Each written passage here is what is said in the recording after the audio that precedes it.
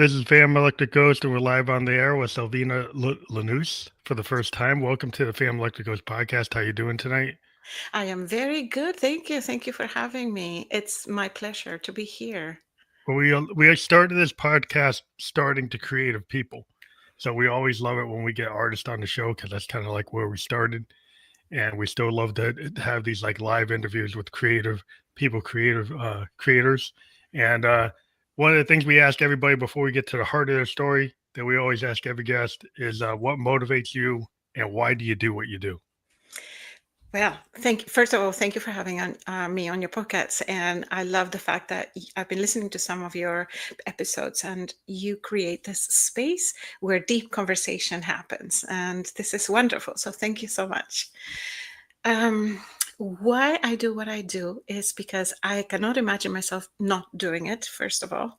And because I always knew I was going to be an artist, and this is my calling, and I could not put it aside. I need to do it and be able to share with people what I do. Yeah, you're a mixed media artist, so maybe people don't know what that means. You like to do like landscape collages and with kind of like an emotional connection to a place or a memory or an identity.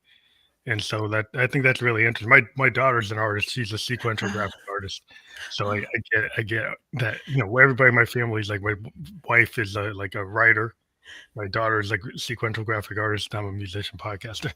all right then. So there's a creative lines spreading away. Yeah. It's good. I believe everybody can do some sort of creation, and everybody's creative in their own ways.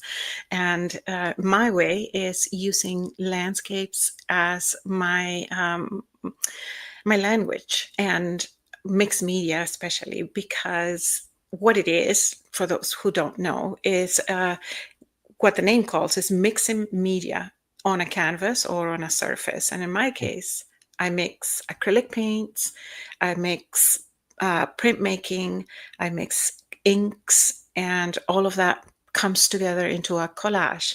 So ripping paper apart, putting it all together, and creating a mixed media piece. So it's a multiple use of techniques on one piece. That's what mixed media is. And you're still kind of an analog, like, you're dealing with canvas where a lot of people are digital today. And I find that in music too. I mean, I actually play like, like actual physical keyboards. Yes. Even though they're synthesizers, but they're actually physical keyboards. And that today is kind of a new thing for some artists because they're just so in the box, so in the computer. That, That's right. and I know digital art is a thing, they get awards, and you can get awards in that media. But I do respect like some of the like the original forms of media, like Canvas, or like a piano, a Stradivarius, a Hammond BC. Yeah, Actually, having some sort of like art foundation. that's right. Yeah. I do know quite a few digital artists in my community, and it's interesting how there's those who just only use digital technology to create their artwork, and those who incorporate both. So they begin maybe with digital and then end up using, the more traditional ways. So yeah, like you say, we will always need a piano. We will always need a brush to start with. you know. Yeah, I think it's interesting the hybrid approach. Like, cause I've always come from like I used to play woodwinds, Oh, clarinets, and also like saxes and stuff. And then I got into pianos and keyboards and organs and in sound design. So I actually do a lot of stuff with waveforms to actually create like what we call sound paintings. We yes, take the waveforms and then make a color of a sound. Sounds can be thought of in colors. We yes. sometimes musicians will talk about like blue noise, pink noise, white noise. We describe our sounds within terms of color, textures. So it can get interesting. Yes, that is pretty interesting. That's a really nice, comparison, and they're parallel in so many ways. Yeah. Yeah, so it's like when you're working on a piece, does it kind of do you get like a download from the muse, or do you have like more of a kind of like I know what I want to sketch out, or or does each thing kind of comes to life in its own way? That's a great question. I guess it depends on the piece that I'm working on. And sometimes it just, like you say, it just, I let the paper and I let the paint talk, Mhm. and I have no idea what I'm going to do. And some other times I have very clear in my mind, oh, I want to, paint that lake that I saw, or that Mhm. beach, or that forest. And then, but yet again, that's the beginning, but I allow for everything else to dictate what I do. So yeah, it's a mix of both, but for the most part, I don't prepare too much. 'Cause I always think it's interesting, I believe artists we can channel. So, Hmm. in that way, like, you get the idea of the Victorians had was the muse, right? So there's this external muse, but you're channeling, but it's also like your 10,000, 20,000 hours of learning your craft, your ability to tap to your subconscious mind, and also be very observant. I find that artists can observe what's around them and what's inside of them, and then synthesize this kind of combined new thing. Bang on. Yes, we are very sensitive as creators. Like, just like you said, you just, put words into my mouth. You sense everything around you physically and emotionally, and it can be something that it's inspiration from above, from the universe, or from the landscape, your environment, or something, a song, a Yeah. music piece. That is also very inspiring for me too, like sometimes I'm painting. I'm lately that happened to me in one larger piece that I had, and I was like, I'm painting this, that, letting myself go, hours of work, maybe a couple of months, and then it was just about to conclude the painting, and I was listening to this song, and boom, that's what that painting meant. For some reason, it connected All right connects. at the same time. It all connects. Well, that's interesting thing. I always been like this idea of in the moment, like present moment. Like it happens in jazz, like Hmm. modal and fusion jazz has this concept of like you're in the moment. There's that moment like no other moment before it or after it, and that you can evolve the song because there's no bad note. There's an opportunity, and so like you can take a piece and you can continue to evolve it like on stage. And Right. it's not like Chopin or Bach or Beethoven, you don't have to be note for note what was on the page. Mhm. In these compositions, you can actually change it based on the mood, the feel of the room, the feel of the band, and you have some structure, but you can go wherever you want to. And so Yes. that gives you, like, a lot of freedom. Love it, love it, love it. Absolutely love that. Yes. And that's exactly it with tone paper. I with any type of paint that I would use, my style is very free. So if I don't like something, I just cover it up. Yeah, you can layer it. Like, when Yeah. you can, like, you see that with paintings famous where you do art history, learn about it, like, oh, people if you didn't like something, you just layer over it. You Yep. kinda work over it, but it still gives you maybe a direction, like a starting point. Yes. So you committed and you have some boundaries of what you can do based on what you committed, but you still have some places you can go. Yes. And while you're talking about boundaries, here's an interesting thing, and I bet the same thing happens in music. The less or the more limited your palette is, or the more limited your supply list is, the better the actual product ends up Yeah. being. Yeah, because sometimes we go for, like, an instrument that only has certain range Hmm. or certain capability. Like I'll say in music, we have these things called polyphonic instruments and monophonic. Hmm. Monophonic means I only do one note at a time.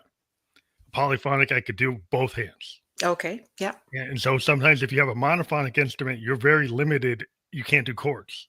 You can only do like lead notes. And so it will Uh, make you play like leads or bass lines. It will force you into a structure right. of what the limitation is, but you can still work around it. And some people would go and See, layer it to get to a chord.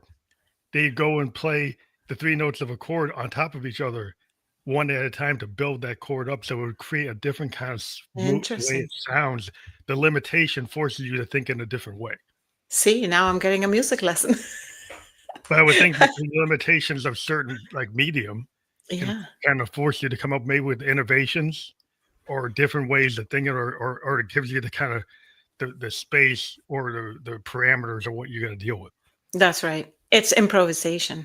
And that brings me to think about a moment when I was traveling in New Zealand to visit my daughter. And I was determined that I was going to take this little sketchbook and this little brush and my watercolors. And I did. And we all went for a walk on the lake, by the lake, whatever, found a spot, sat. And I said to her, here, go, videotape a few clips so I can put out on my social media, whatever. So here I go. I started painting and I forgot the most important part, the water. Oh, I did not have water, and the lake wasn't a thing. So, so I'm like, okay, what's the next big thing? My drinking bottle, my oh, water. you use that water. So I used that water, dipping the brush into the bottle, and she's like, "What are you doing, Mom?" It's like, okay, hydration is way low in this in the Yeah, scheme my of things. motivation is to do the art, the hydration. I'll figure it out. Yeah, so that's improvisation, raw.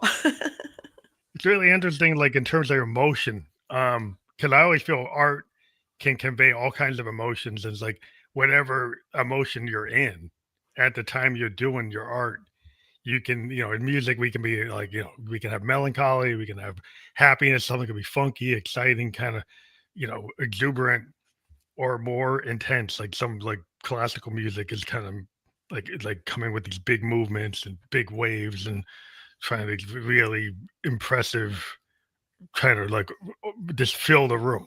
Yes, And other yes. things you're trying to get the space between the note or just Mhm. or be a more like not as layered, maybe more space between what you're doing. Yes, yes, yes.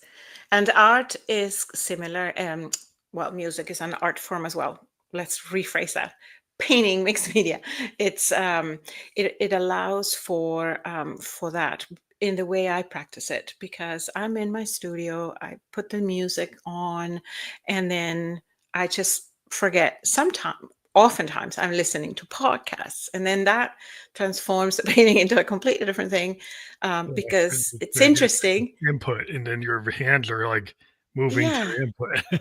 But at the same time, you stop paying attention to the actual painting, and therefore you're freer to create, because oftentimes it happens. I don't know if, the same Mhm. thing happens to you, but you're so focused that you begin to ruin the piece because you're like, Mhm. wanting for it to be perfect. Oh no, I don't like this. Oh, this is not working out. Or what can I add? What can I Too take much off? left brain, right brain, like too much Yeah, logical brain instead of yeah, like you get in this what we call what is it, like the groove, or you're yeah. kind of in the zone, right? Yes, You get in yes, this zone. You see it with like people who are kind of just like they were just moving because it's kind of like programmed. Like you've done so much uh, yes, body like hand movement is kind of automatic. And if you stop thinking about it, then if you're an athlete, you make that play without like overthinking it. yes, yes, So you have to just have this kind of you're on autopilot. yes, yes. That's right. Sometimes it's freeing, so you're not too taken over by the technique itself. So it's very freeing. And then when the music plays, yes, like you said, it kind of depends on what song you're listening to, and So you the trust yourself. I think a lot of times what happens is people stop trusting their their vision or Mhm. their artistic capability, and they start doubting. Not that you don't want to be exact and get to a point, like if you're trying to get to something, but sometimes what happens is like the thing you're planning isn't actually what you're supposed to do. That's right. You have to kind of know when it happens. It's like, I plan to do X, and now Mhm. it's Y and Z, and I should not keep on trying to hold on to X. Yes. Adaptability, that's what that is too, right? And it goes back to your improvisation in jazz too, right? Yeah, So you have to go with the flow. If you're wanting to get to A, but somehow you get to, meander around and it's actually working, well, maybe A should need to go in the back, that burner. and You yeah. try to drop it. Like, and we have a habit sometimes in our music. We'll do so many takes that we ruin the original intent. Yes. So Oh yeah. but like, yeah, like an example, you're like 100 versions of a song. Hmm. 100, like that can happen with musicians. They'll sit there and do it something over like 100 times. And Yes. if you go back and you look, your producer and your recording engineer will say, well, really, take four is the best one. Hmm. And And everything you after did. that, you kind of wreck it. Yeah. Yeah. Yeah, you're right. Yeah. And with painting, yeah, once it's done. So if you wreck it, either you have to layer it and get rid of it, or learn the rhythm of it and do something different. Do So something different because yeah. you can kind of, like, if you're in the digital world, you can undo. Oh But in yeah, your world, exactly. like I like using analog tape, Hmm. and like Right. you can redo it, but it starts to get degraded over time, and so it's not like the digital. So sometimes you tend to commit when you're going to tape. Hmm. If you're in this digital world where you can keep on redoing it, it's like unlimited space, then it kind of sometimes wrecks your art. Yes, yes, I've heard yes. filmmakers and Yeah. all kinds of people, say, "Well, the digital is cool, but then it has a whole nother problem." Yes, and that's right. And the problem also is just deciding. It takes out a lot of decision power to go over and over and going back. Was this one the one I liked? Or was it the other one? So how many Maybe times too you many gonna? choices. Like Yeah, if you got these digital frameworks where you got like every single possible color combination, yeah, like every single possible instrument, and then you start losing the focus. It's like if I was just in the studio and all I had was my Rickenbacker or all I have is my Steinway, well, that's what I have. right. So I kind of got to deal with. But if I can go and get some German piano, Of and I course, can yeah, go get this, and I can get that, and I can get anything, yeah, and then sometimes I'm never done. yeah, yeah. Oh yeah, oh yeah, yeah, yeah. Oh, and it's overwhelming. I mean, we haven't even touched that, but it could be overwhelming for some people to have so many choices. Yeah, because I think you lose focus. Hmm. And then today we have our attention spans. I've Yes. talked to a lot of like writers, and he's like, used to be you could write like a 300,000 word book. Wow. Now people are being told is like you got to do like 60,000. Oh my goodness. Musicians were being told we can't go over like 2.5 minutes. Yeah. And I'm like, I can't get something really going in two and a Yeah. half minutes. Yeah. Yeah. Yeah. Yeah. Yeah. Yeah. Yeah. We're starting here. But it's Yeah. like, do you find attention span is has to anything to do with your art form that people's attention span is causing trouble? No, it isn't. It would only cause trouble in a digital world, like in my social media, like if people are scrolling up and down and not paying attention. But the key, I think, is to personalize it in some way by, you know, putting your face out there, talking to people about how you feel or what you're doing and connecting at a human level. Mhm. So that creates that links in the way that they look at your art. And even if on an art fair or at a gallery, if the artist is there, more people are going to come and talk to you, or they're curious about your art. So there's a human factor that's very important still, I think. Yeah, showing up at galleries or showing up at, like, some kind of forum so you can Yes, actually, press with the people yes, is yes. super important. And then one thing is, like, I always, like, was a big fan of, like, Victorian poets, and there was a phrase of, like, basically, the cathedral is nature, right? Is the forest. Hmm. Like, Hmm. I think Longfellow was said something to that degree, is like, nature is the cathedral. Yeah. So if you go out, like I live in New Hampshire, we go out to big tall pines Hmm. and walk the Merrimack River Trail. It's like I get a lot of ideas just from Yeah. the rustling of the river, some squirrels running around, you can see an eagle flying. It just you get just being in touch with nature, going out for a hike or just being in the woods. I Yes. find it can be very inspiring to like a lot of my creative drive. So does that happen with like you? I know you do a lot of Yes. pastoral stuff. Yes. Yes. So I started making landscapes maybe a year ago. Before that, I was doing more figurative work or more, abstract and even still life. So I changed completely year back to now. And what changed was the fact that I kept going for walks, mainly because I wanted to find, I don't know what I wanted to find. At the beginning, I'm like, just walking. no destination, just walking slowly, not rushing, right? I'm Mhm. not in a marathon, I'm not training for anything, I'm just walking. And like you said, we're surrounded by little things that go unnoticed in an everyday life. If I'm in my, whatever, working mode or whatever, I probably don't notice these things. But if I go for a walk, then I'm like, oh, look how the leaf is falling down. And literally that, like you said, is such a source of inspiration. The other day I was walking on, by the beach, and I was just, recording a little video and whatever. And then I noticed down on the sand, there's these seaweeds that are still attached to the ground, and the wave is coming in Mhm. and brushing the seaweed. And when the wave goes out, the seaweed goes back. And I started laughing and I said, this looks like hair. It's like the wave is brushing this, hair. Yeah. So all those things are little bits that really make Yeah, creative. life. Like you observe all that, and then you put it in your own frame, Yeah, right? I always see directors that kind of like framing like scenes, because they go out in the world and they're observing conversations in a yeah, coffee shop. Like the way the light hits the trees when they go on yeah. that walk, or the way the wave, how it sounds, right? How it Hmm. looks, Hmm. how it smells, and then Yes, like if you're a writer, it's like, well, how can I capture that smell in my writing?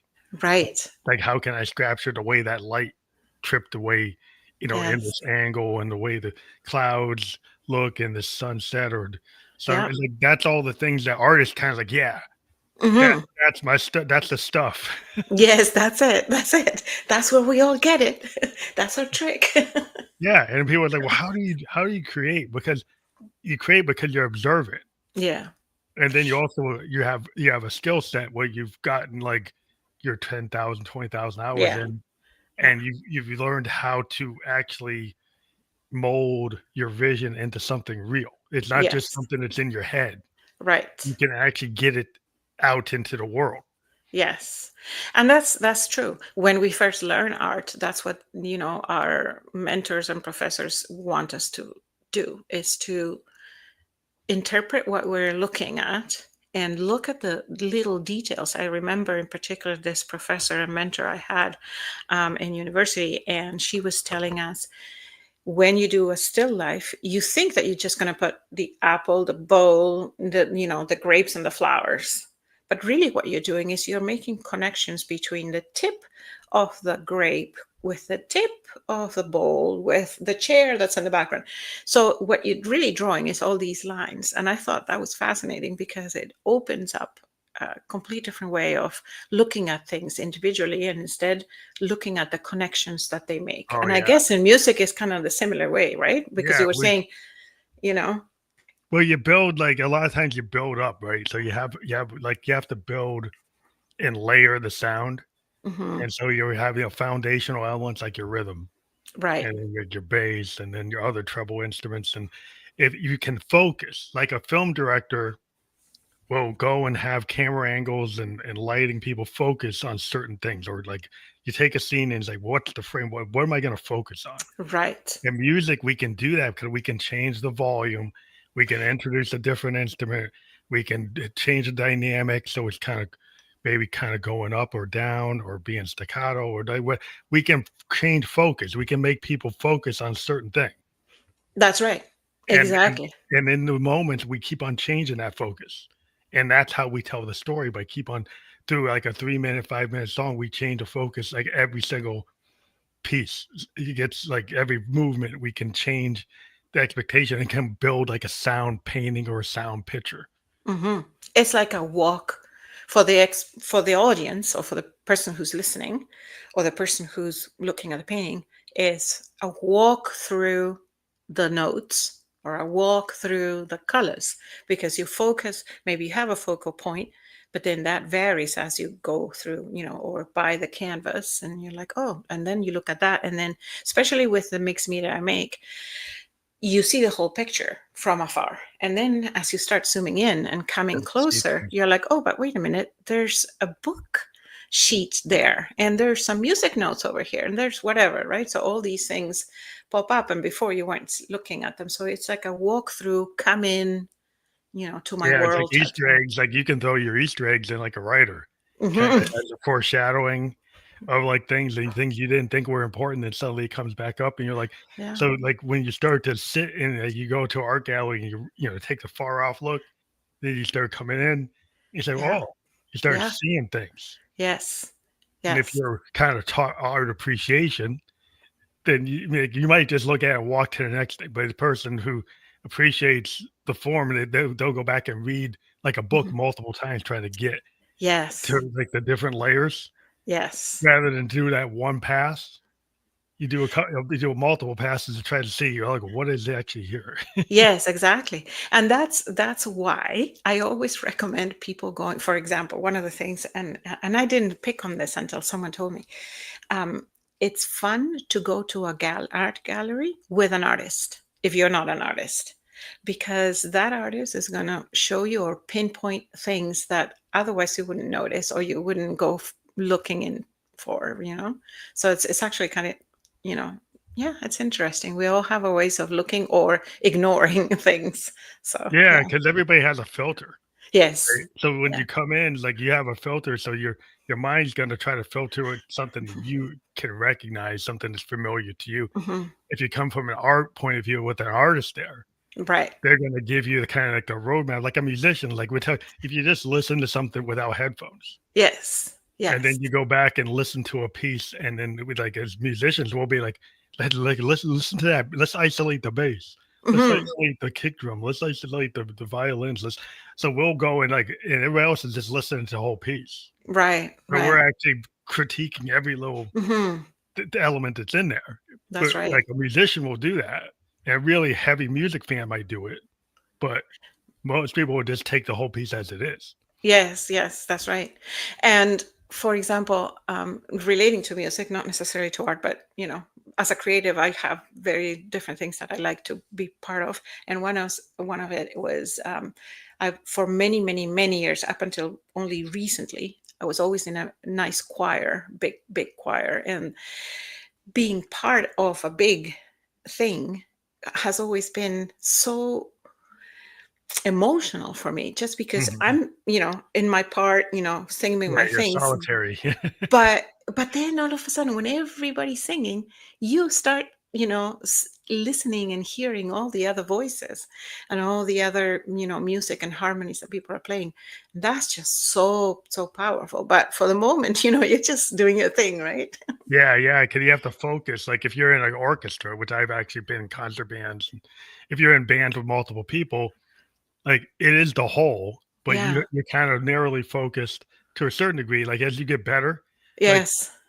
you get better, like, you're focused on your part, but you still hear the other parts. Yes. Yes. At some Yes. point when you're early doing it, like, you might kinda just focus on your part. That's right. And then later, as you get better, you actually start to understand, like, I actually have to listen to other people too. Yes. I Yes. can't just Yes. listen to me. Yes, that's right. And like going back to painting, that always happens with every piece, that I put on a canvas. It can be an individual form, and then maybe another individual form put together, and many put together. But somehow they have to intertwine among themselves and create a larger voice, right? Yeah, so your layers or your Hmm. the textures and the colors blending. Hmm. There's a lot of blending that happens. Like I think we'll take different notes, and if you blend them, like sharps and flats, and if you put them on top of each other, you can get a different outcome. Hmm. So Hmm. like we can blend things as we layer the sound. It's like layering colors. Right. So think like you get to different like shades or new type of shades or dynamics that you wouldn't get based on Yeah. whatever medium you're using. Hmm. Hmm. It'll That's bring out the colors in different ways. So how do you with mixed media? How do you? I guess you have your secret like sauce, but like how you get to certain color schemes in the way you use the mixed media. I guess over well. time you know how what you're doing.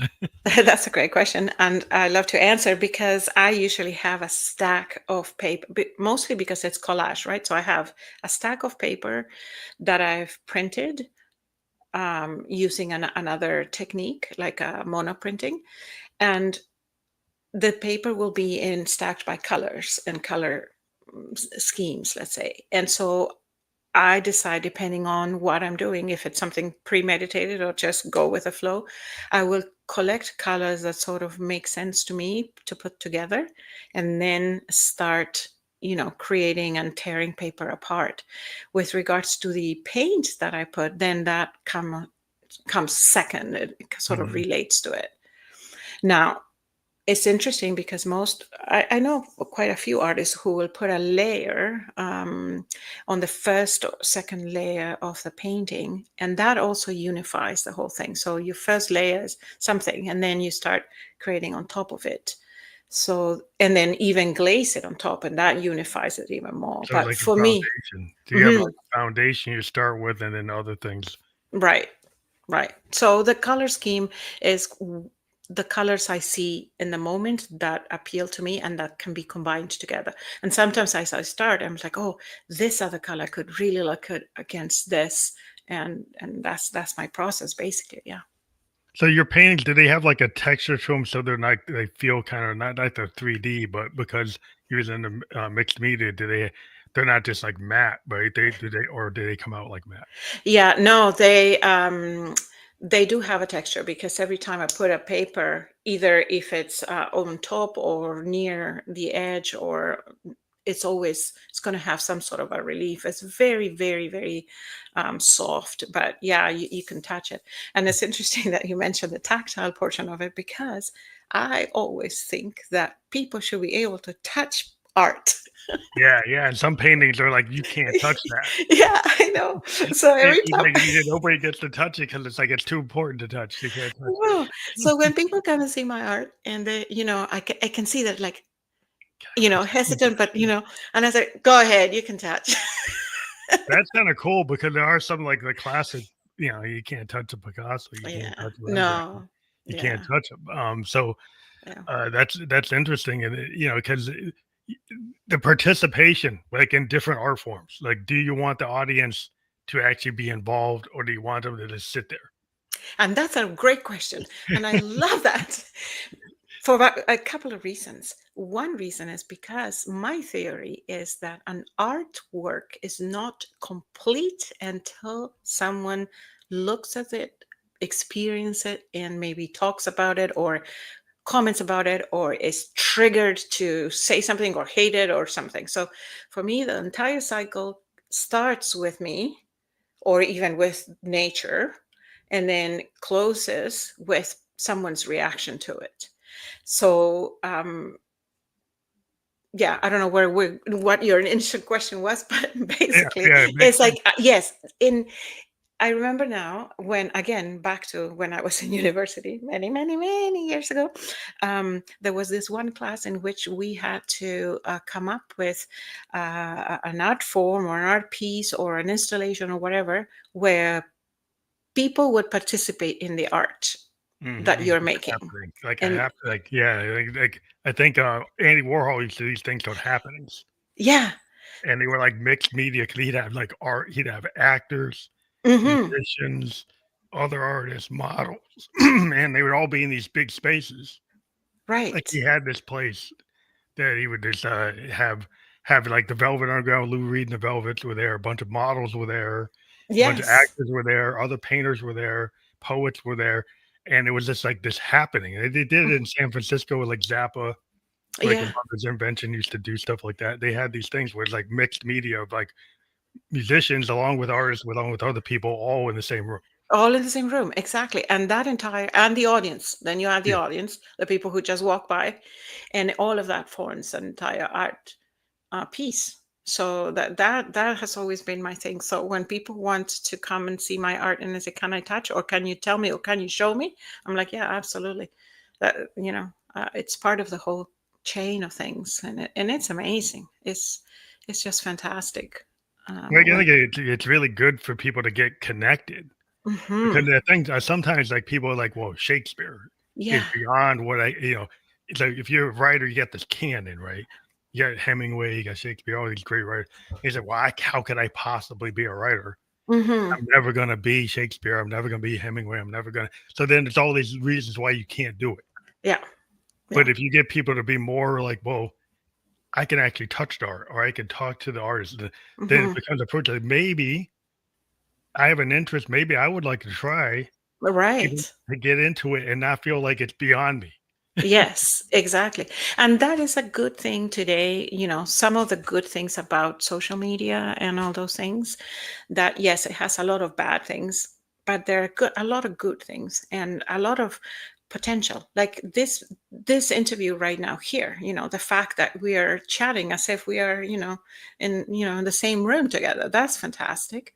And social media also puts those artists that in other times would have seen, oh my God, they're up there and I'm never going to be able to, down to earth. And you see Approachable, the yeah, it's a human nitty being. gritty, you see the behind the scenes, you see the good things and the bad, and that may inspire someone else and take their fear away and say, oh, if she did it, maybe I can do it too, and then connect with that person. So yes, It's also like connect. the passion. Like a lot of Mhm. times, like the permission structure allows an artist to do what they do.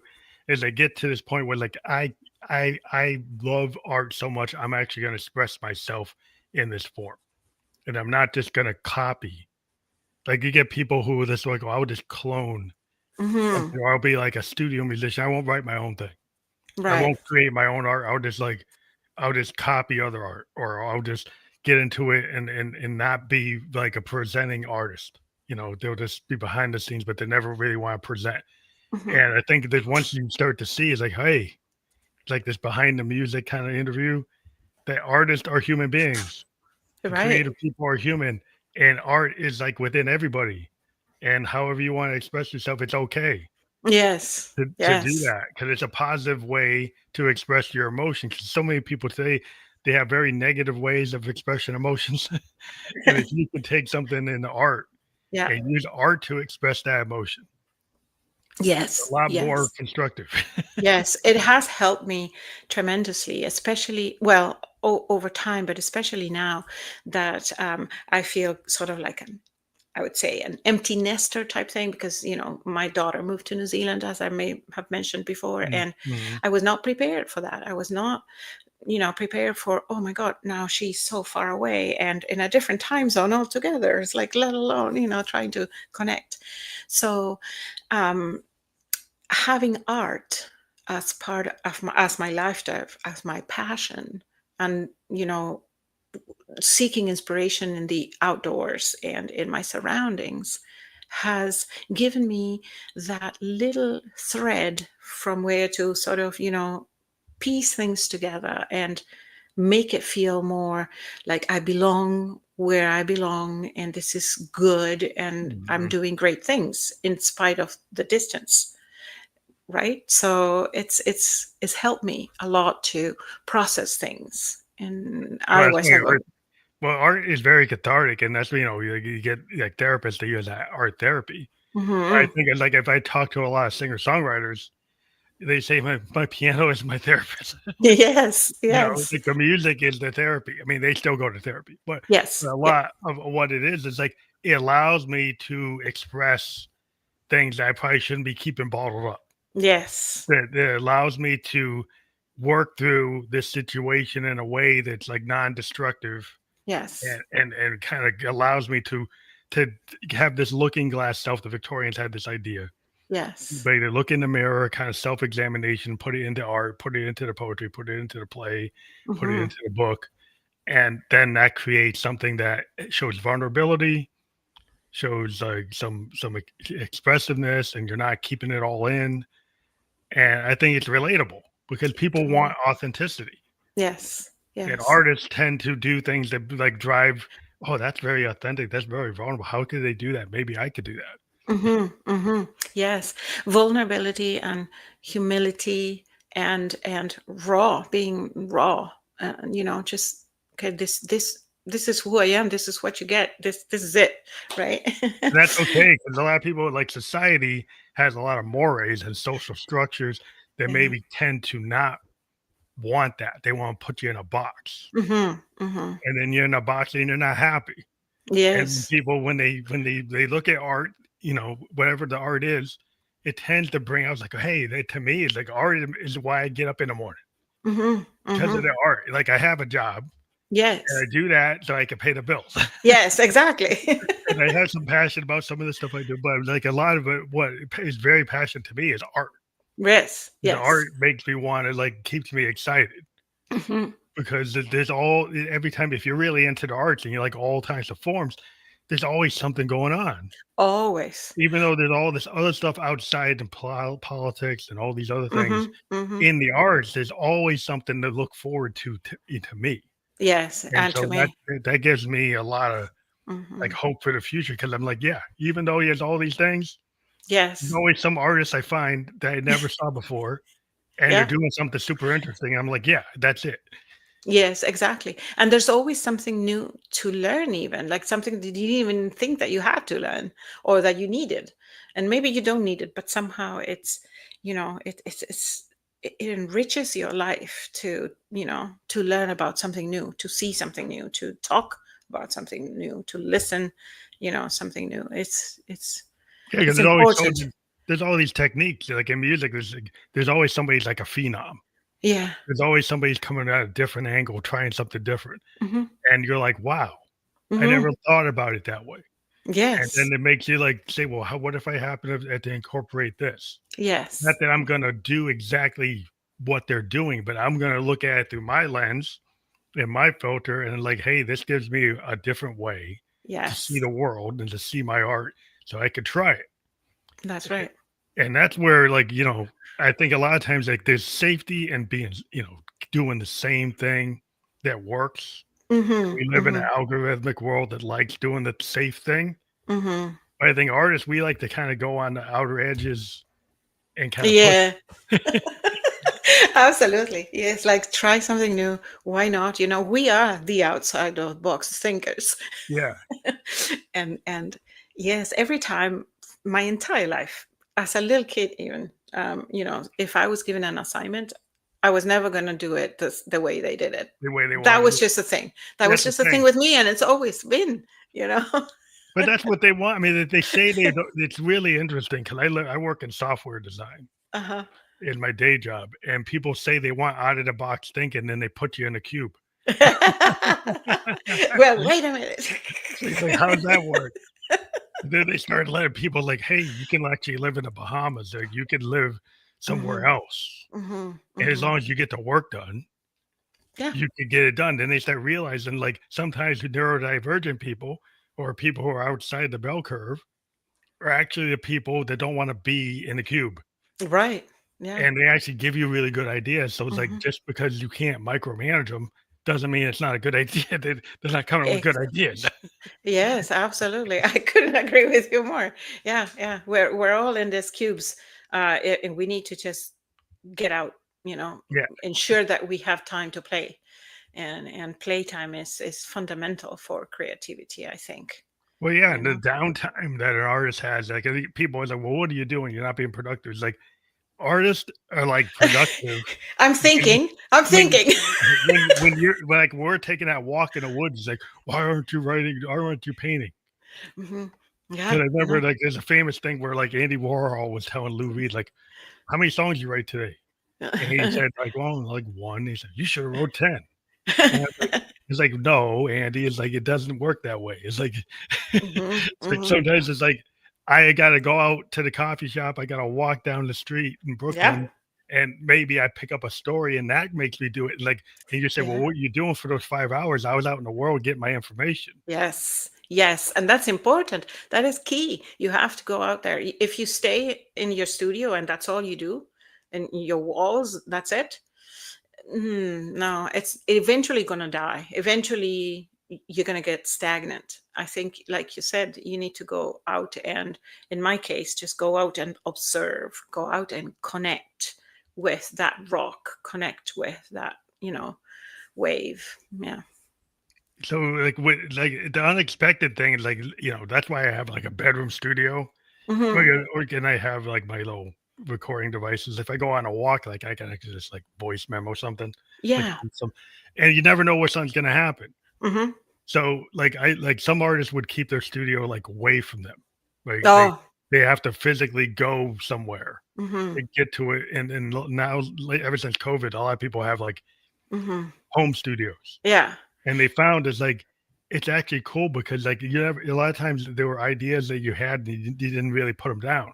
Yes, that's right. And That's if right. you have a way to put it down, Yeah. then you never know. It's like, hey, that thing that's just this comes to your mind is like, "Oh, I'm gonna put it down on a napkin, Yep. a voice memo Somewhere. on You gotta. the back of this little like newspaper. I'll just write this lyric in and I'll just carry it around Mhm. with me." Yes, yes, and that's true. The the fact that my studio is in the house, and I'm fortunate that to have that. It's like you said, I may go from the kitchen to the bedroom, and then in the midst, I something occurred, and I can step in and do, or that urge before going to bed. I have this oftentimes. It's bedtime. We're heading to bed, whatever, and no, I have to come in and do something, before I go to bed. I can't just go to bed.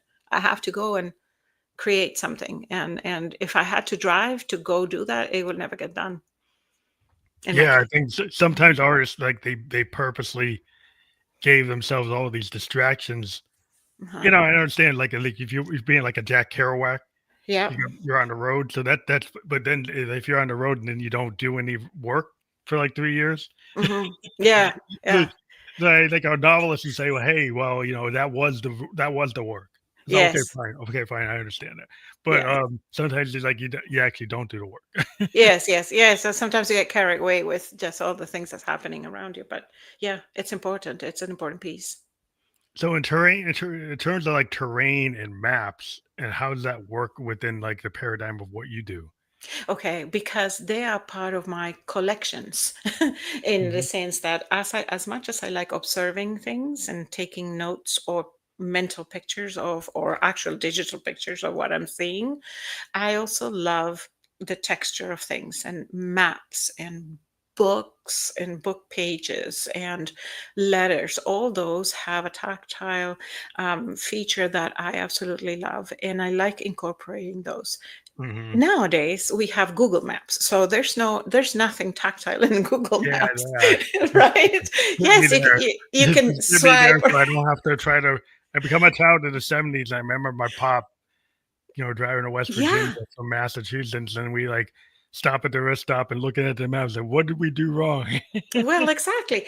When I lived in the States, I used to do a lot of road traveling, and we had those atlas, and from going to state, and my daughter would put like little sticky notes on every stop that we had to go, and just get gas or lunch break, and so she would put sticky notes all around the route that I was supposed to take, and that in itself to me is like a piece of art. It's like it has Yeah, history, it has a moment, it has personality even. So to me, incorporating maps into my paintings is also part of putting the history of that map, whether it's mine or someone else's, and putting into now my painting, and it's mixing both things. Same thing with books. There's this collection of books that belonged to my mother-in-law when she was a kid, when she was, I don't know, 10. She's an avid reader, and she had this collection, maybe, I don't know, 20 books,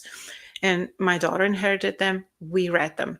These books were so old that, and my mother-in-law is what, 87, so it's not that it's that old, but that collection, the paper is super brown, super brittle, and it's coming apart. So there's no point I have the means to keep it from the weather. So what did I do? Well, I'm incorporating that into my paintings, and that's a way of honoring the yeah. history You're of that using that piece. that Yeah. resource and incorporating it. Hmm. And I think that's really cool because like what we do with like field samples, like field recordings. Like a lot of musicians, like before sampling, people used to go and do field recordings where you go out to the woods, you go Oh, and like take a wood block and actually hit it, or yeah. break the glass or get the sounds of pages rustling and Yes. actually record it and then not go get a sound library, but actually create the library yourself Yes. and Oh. do that to actually incorporate into your music. and now people use like samplers to do it. But there's still some old school people who like to actually take field recorders and go out and get field Hmm. recordings.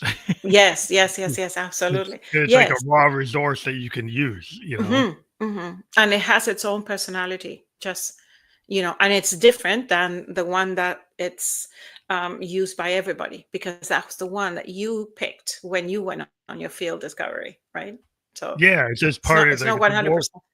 Yeah, the more Yeah. that you can actually like Yeah. write or play your own part, or Hmm. actually go and get your own resource, like you purposely you've got your relatives, like you got their book, you've got Hmm.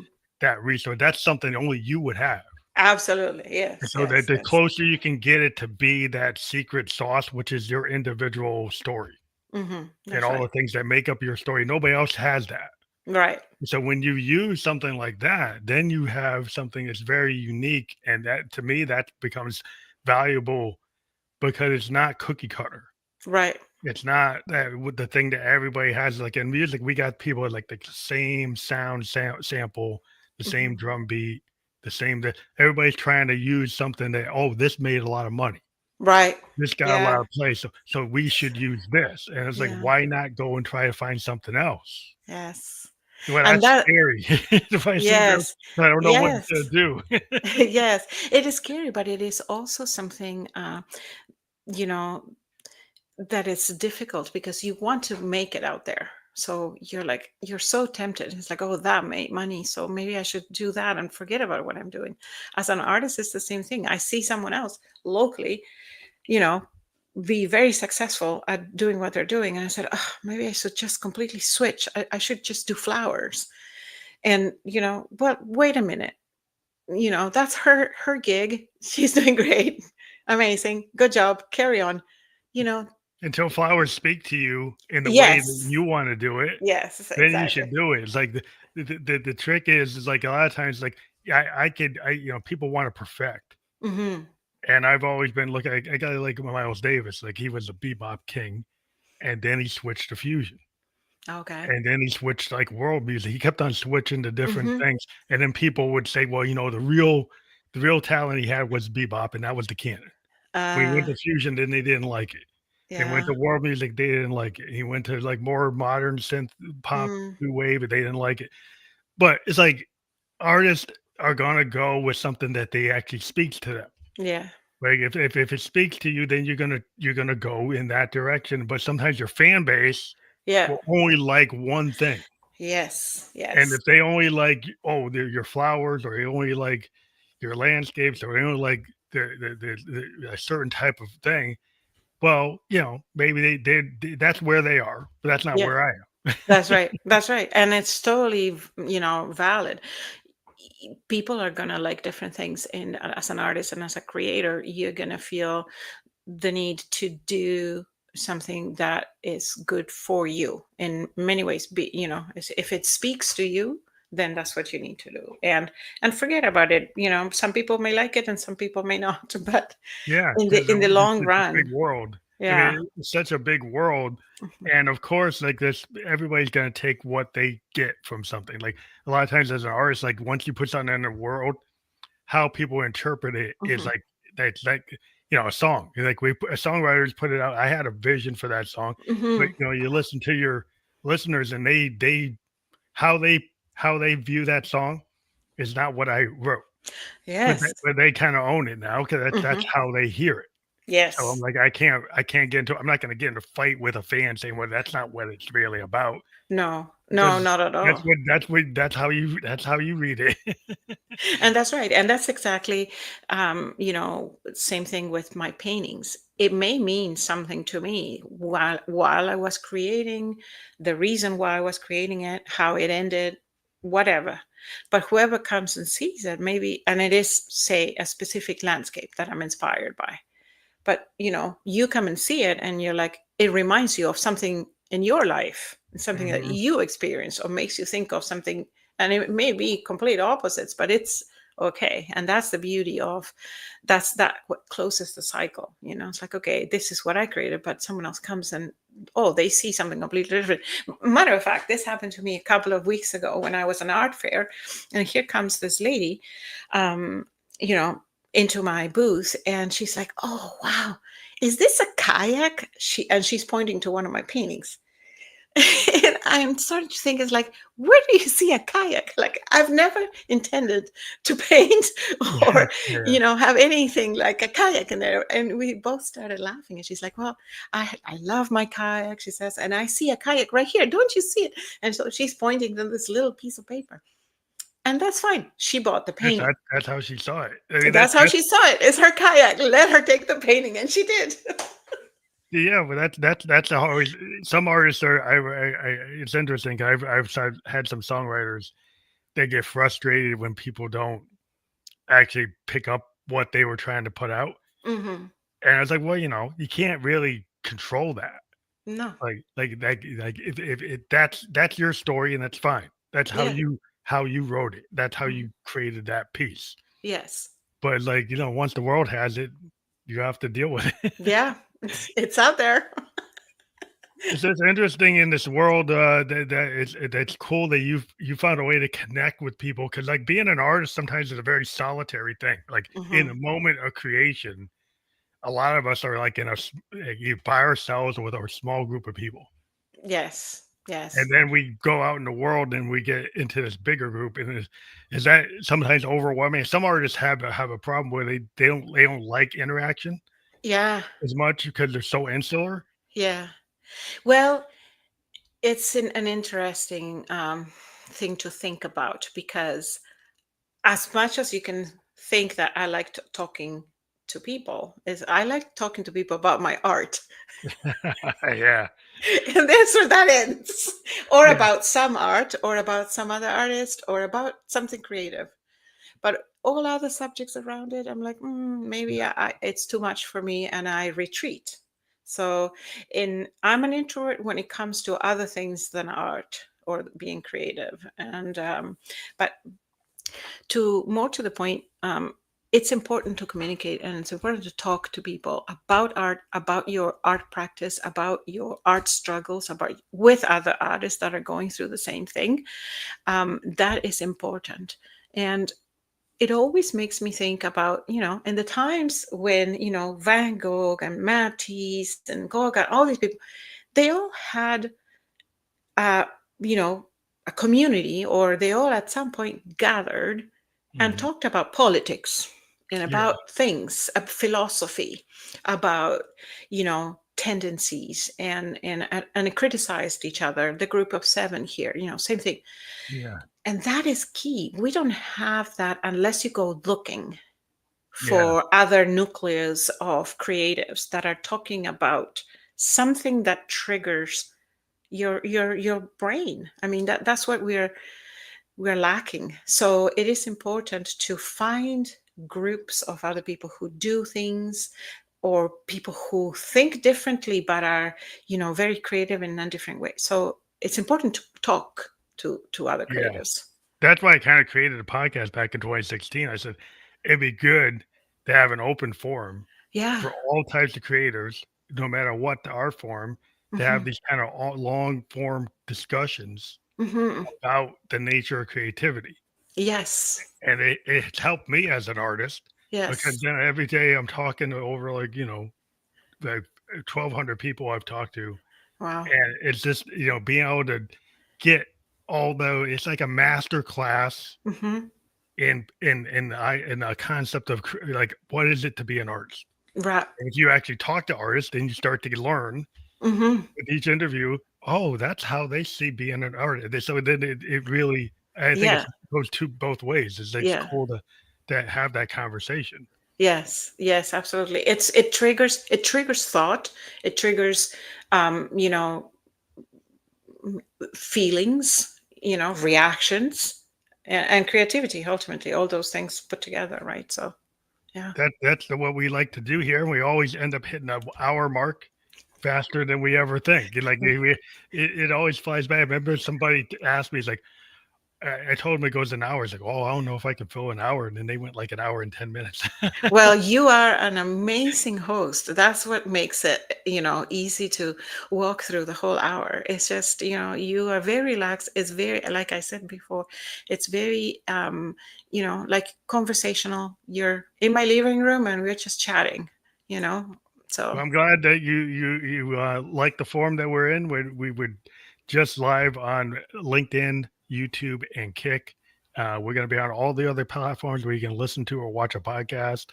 And I really appreciate you being here today. We've got your link there, so people could click on that, and that will be fully clickable on all the platforms that we're on. So if people click on your link, what do they find there?